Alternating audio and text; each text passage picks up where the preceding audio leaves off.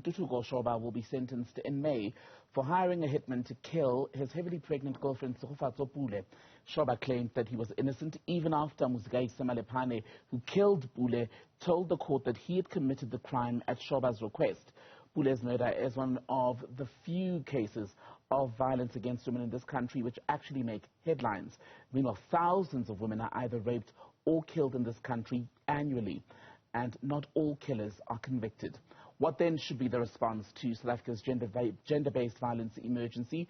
We're joined this afternoon by Sthandiwe Msomi from the SA Youth Economic Council and Surprise Netshioswi, who's a human rights activist. We're also expecting that we'll be joined by activist Zulaika Patel. Once she's able to join or connect virtually, we'll bring her into the discussion. For now, let's begin with Surprise and you, Sthandiwe.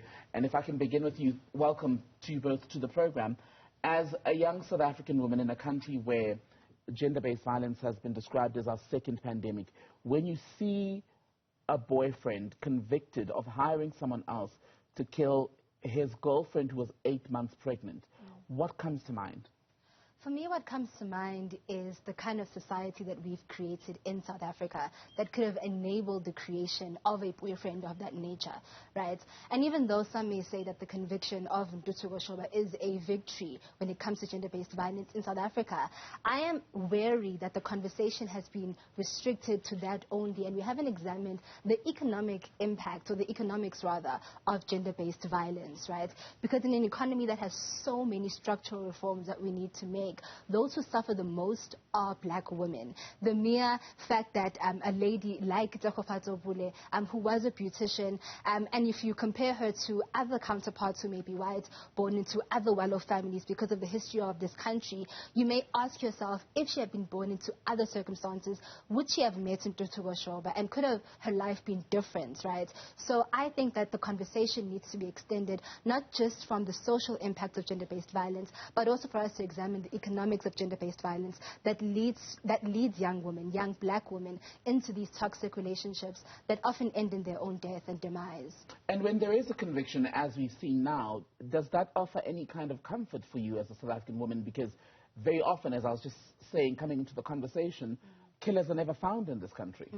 I must say that this conviction, I think it's one of the first that has sent a message to South African men and GBV perpetrators that indeed this heinous crime is one that is punishable. Because before all of the gender-based violence cases erupted, whether it's Uyinene or Tshegofatso, this behavior continued, but it wasn't publicized in the media. And now that this judgment has been publicized, I do think that there is a consciousness or a paradigm shift that should take place that tells GBV perpetrators that they could be punished for this crime. But obviously then you have to look at the fact that litigation processes still take a long time to pursue. And apart from just the primary victimization of victims, the secondary victimization that comes from police stations and other processes is one that makes this victory not one that I would jump at my feet and say we're actually making progress. And Surprise, I mean, Ntuthuko Shoba is a young man, youth in this country. Sthandiwe Msomi, who killed Karabo Mokoena not too long ago, was also a young man. Why is it that young South African men are still so violent when these are people who have gone into adulthood during conversations about gender-based violence and toxic masculinity and everything that comes with the murderous society which we've become? I think for me personally, we need to start the conversation at ground roots. This conversation is being held at schools and everywhere in every places like that, and also in the media. But do we often ask ourselves questions that these people, like for example, societies and families where they come from, what principles were they taught? Principles that are taught to a boy child are often different from a girl child in our African society. And I think that it emanates from that, where a boy child is held at high regard than a girl's child. Therefore, they feel entitled to the girl's child body. I think if we could sort of change the narrative, change how we educate our youngsters as when they're still younger, we would very well much eradicate this problem in our society. Because if a person feels that they are entitled to somebody else's body, then it speaks volume to where do they come from, what were they exposed to as a child, and do we really want to continue with such individuals in our society? And as a young man, I say no. And how do we take all of those factors into consideration, right, whether you grew up in a fatherless household with negative messaging. How do we take all of that into consideration without excusing the behavior of abusers? I think one thing we need to get clearly is that whatever situations we find in ourselves in, how we then act in society that affects other people, such as violating other people's rights, cannot be put aside. We need to put everything in perspective. But then when we're dealing with a case like this, we need to ask ourselves, what is it that caused these young men to end up committing such brutal murders? Then we need to start asking ourselves questions like, what could have happened to them at young ages? Were they exposed to any form of violences? Were they taught things that end up making them believe that it's okay to do such things and get away with it? But here we are, still having this conversation, and we know that in African societies, boys' child are taught certain principles, whereas a girl child is taught certain principles. And when we deal with these cases, we never ask ourselves questions that, could it be that the principles that we taught at our homes could then change how these young men grow up to be the kind of young men they turned out to be? Because if that is the case, then I think a lot can be achieved. But Sthandiwe, the reality in South Africa is that women are abused by men from across the spectrum, right? Whether these are men who grew up with a father in the home, a positive male guardian, young men who went to a good school, bad school, whatever you want to say, rich, poor. You could have all the role modeling, and this is the challenge, and still be violent, a rapist, or a killer. Yeah, gender-based violence is one of those things that transcends classes. So those who are rich still experience gender-based violence, and those who are poor also experience gender-based violence in some form. But research and a lot of reporting done in the space does reveal that those who are born in middle-class or poverty-stricken areas succumb a lot of the time to gender-based violence and other social ills, just because of the stress that comes with trying to keep up with the cost of living. And also socialization plays a huge role in that, right?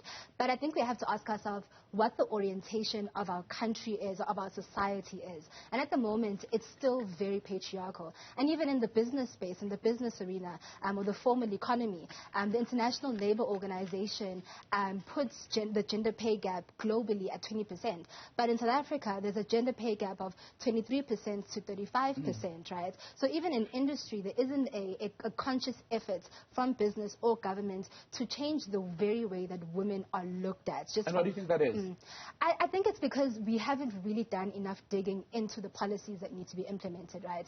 So if the government is really serious about empowering women and including them in the economy and making them decision makers, what stops them from amending the Companies Act to make it mandatory for companies to report on how they pay both men and women and make it a staple thing? Obviously, this measure might work in the formal sector, but a lot of the time, black women are those who keep the informal sector going. So there may be an issue with trying to implement that when in informal businesses reporting is not as regular, right? But that could be one step in trying to ensure that the economics of gender-based violence is also solved by ensuring that women are economically empowered so they don't have to stay in toxic relationships just because of the financial burden or the stress that comes with being a black woman in this country. And the economics plays also a role in the reporting of gender-based violence cases to police, isn't it? Because we know there's been study after study that says if a woman is in a situation where they are dependent financially on their abuser, they are less likely to speak out. And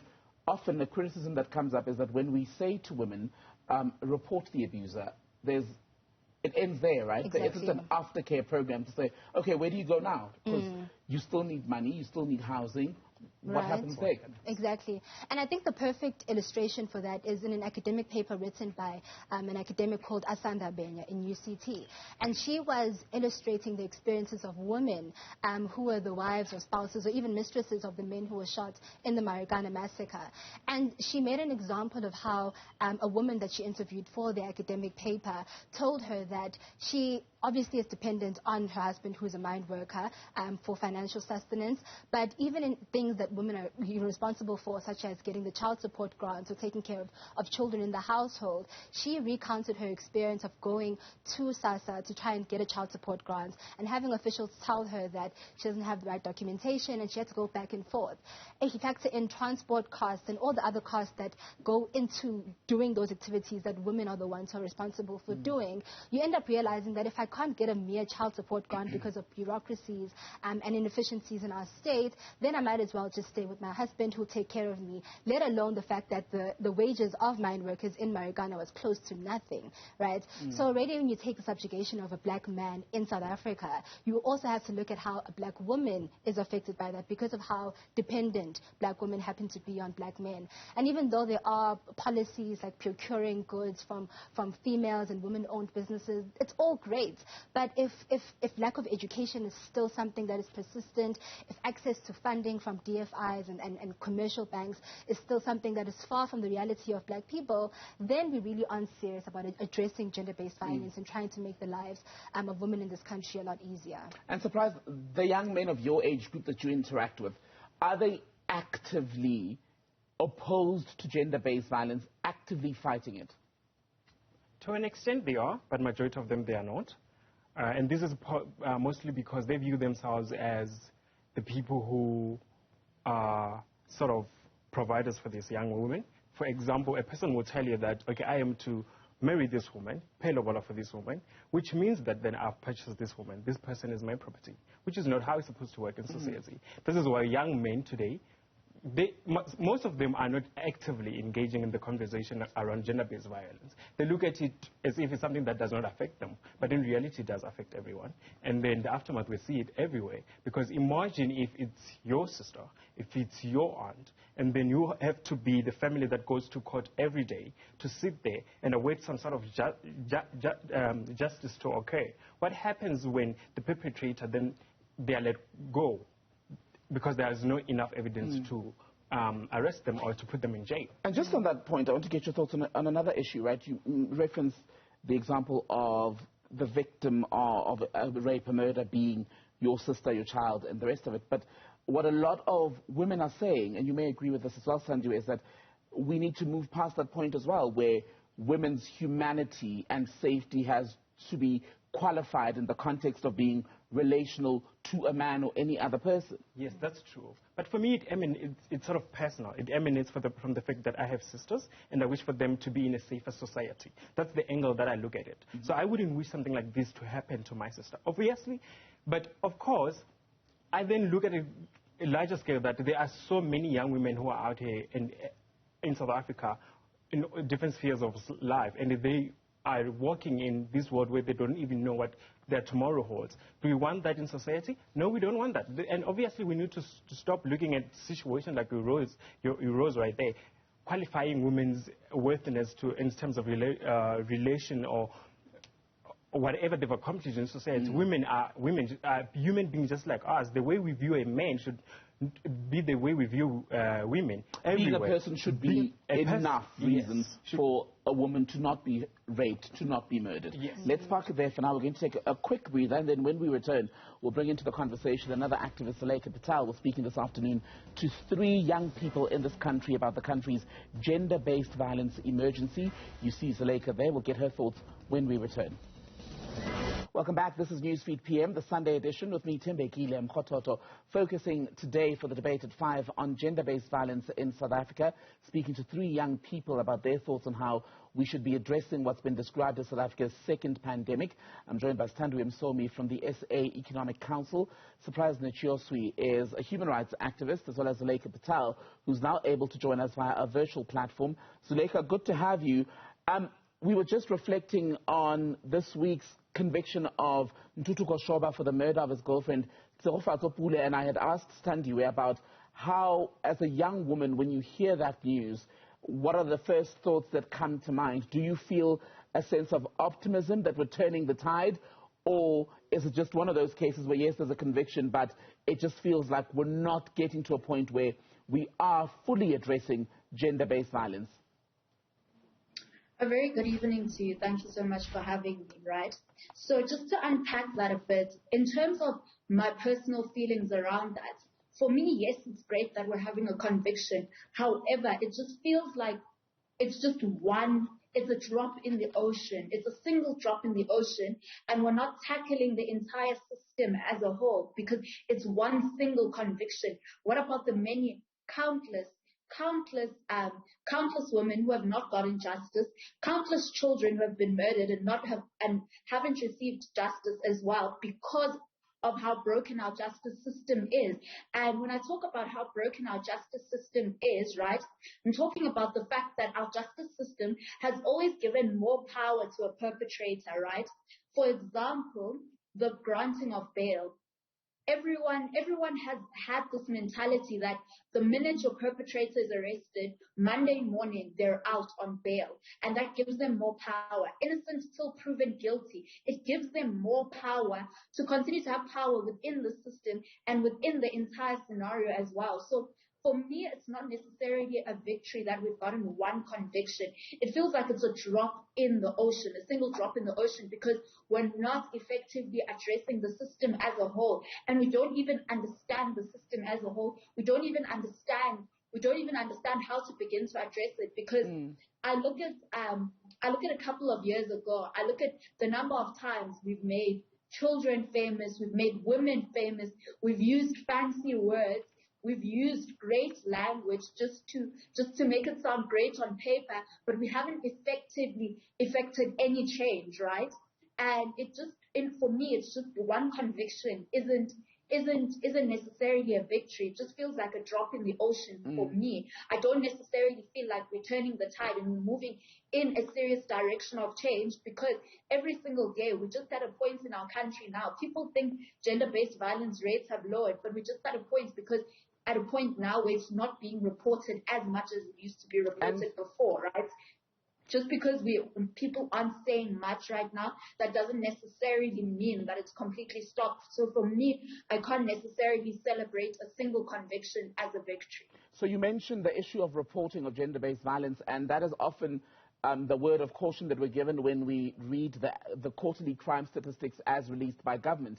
At the beginning of this year, the crime stats show that in South Africa, between October and December, 11,315 people reported being raped. Now, a majority of them are women, as we know, in South Africa.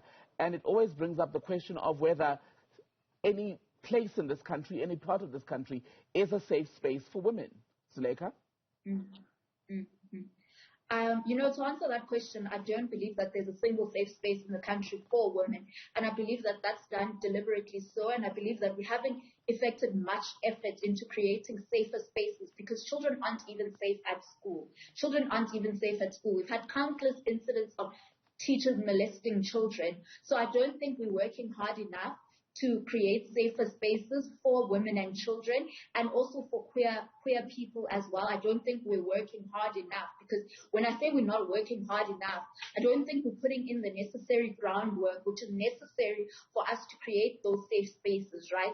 We're not having engagements. All we simply have been doing are these PR exercises at the end of every single year, hashtag 16 days of activism, but we're not effectively putting in that groundwork every single day, where we're going out and interrogating the education system. Is the education system one that actually teaches children around what consent is, around how to give consent, what is the consenting age, and how to recognize when they're not in a safe relationship with someone, or they're not in a safe space? We're not doing that. We're not having women and men engage with one another, even in schools. So I don't think we're even putting in the effort to create safe spaces, because even in resident environments, university residents, so many girls get raped every single year at res, and not much is done about that, right? And that's primarily because I think that we live in a country where the perpetrator always has the upper hand, deliberately so, because of how our justice system is constructed. Okay, let's come back to Sthandiwe and Surprise. You're with me in studio. Stand by for us, Zulaika. So I want to ask you, Sthandiwe, just on the point that Zulaika was making about how we need to be teaching more young people about safety, even at a university, where we're spreading the word to say, these are the parameters, and if you said no once, you don't have to say it again for it to have been a clear enough message. Do you, as a young woman in this country, feel that it is a losing battle, regardless of what you do? The pessimist in me wants to say yes, because often at times when a woman wants to report a case of gender-based violence or rape or any other crime of that nature, a lot of the time women have a lot more to lose than men, right? Because as soon as you publicize the fact that you've been raped or something has happened to you, there's that stigma. All of a sudden, when you want to either apply for a job or start something new, the people that you're going to be working with are going to look at you with another lens to say, if something happens, will she report this? Will it bring our company into disrepute? There's always material effects on the life of a woman when she wants to take the step of reporting a rape, which is incredibly unfair. And it goes to the fact that often at times when women are looked at, they are first looked at on the basis of their gender and often are sexualized.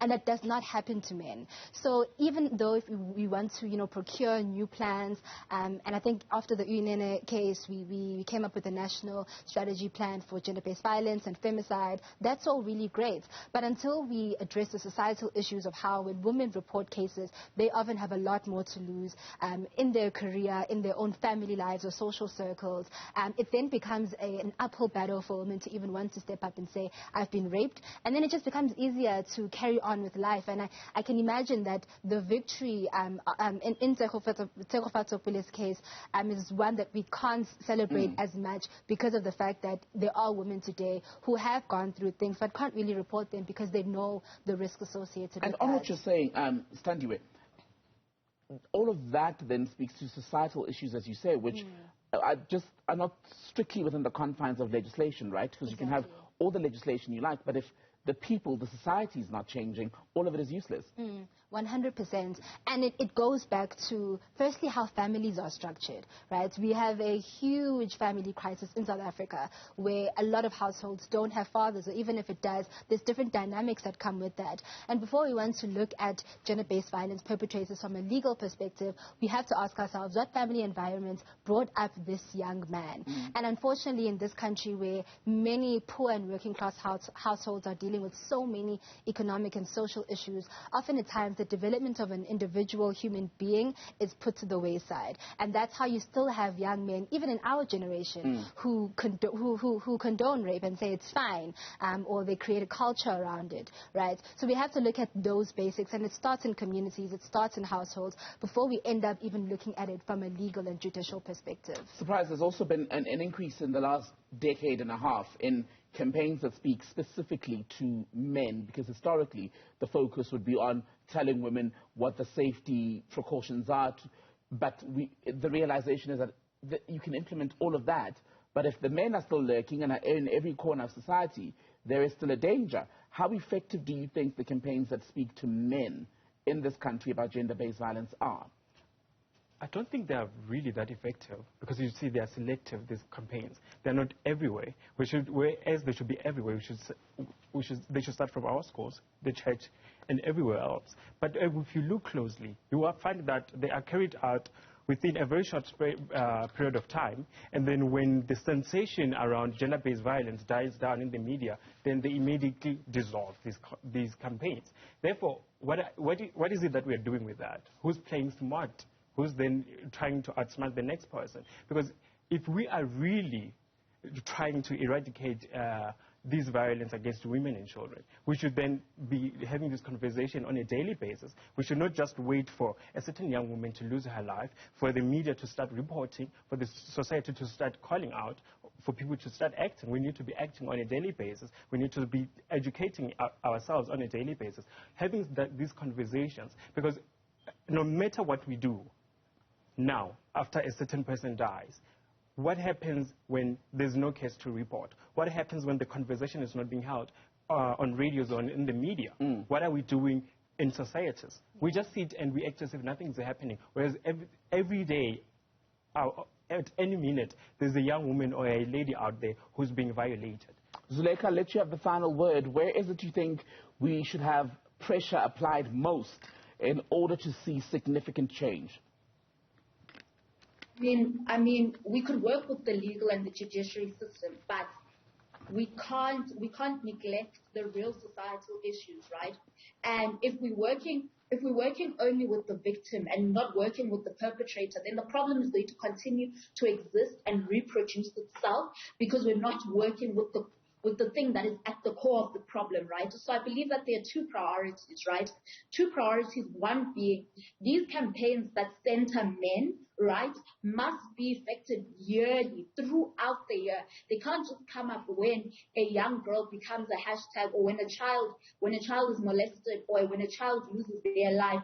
We can't simply then only decide to have these campaigns for men. I believe that we should be having these campaigns throughout the year, 365 days of the year, having these campaigns in boys' schools, having these campaigns in the spaces where toxic masculinity reproduces itself and it's rife, right? And then second of all, right, we can't do anything if we're not going to address the real societal issues that our country has, right? South Africa is an extremely violent country, right, for many factors. And if we do not address those factors as to why South Africa is a violent country, then we're not going to go anywhere in addressing the violence or changing anything to reduce violence in our country, right? We have to look at the structure of how South Africa is structured currently, right? Poverty is a violent system on its own. When you have the majority being stricken by poverty, that's going to have a terrible effect on one's development, right? Then you have to look at the home and family structures, right? And when I talk about family structures, right, just give me a second, let me just wrap on that. Family structures are very critical in us addressing gender-based violence, right? Ever since the colonial, going into the apartheid regime, bringing it into now, right, the black family structure has been broken down, deliberately so. And those societal issues are issues that we have to address as well, right? We have to address the issues of that black men's identities have been rendered to criminality. And so when they perpetuate violence, it's because that's all that's ever attached to them. And addressing the family structure issue, because like Sthandiwe mentioned, we have so many homes that are homes without a father, and that has an effect as well, right? And we have to be addressing development, children's development. Boy children in this country are neglected. And so when they find themselves in situations of being neglected, they are going to find themselves engaging in activity that leads to one beginning to perpetuate violence. Zulaika Patel, Sthandiwe Msomi, and Surprise Netshioswi, my thanks to you all for your time this afternoon. And that's how we wrap up our conversation today. The focus with the youth focus, that is, on gender-based violence in this country and where we are. South Africa, as I was saying, in just the last 3 months of 2021, recorded over 11,000 rapes. These are reported cases. 5,000 of those people were raped in either their home or the home of the attacker. That just gives you an idea of just where we are as far as the crisis is concerned.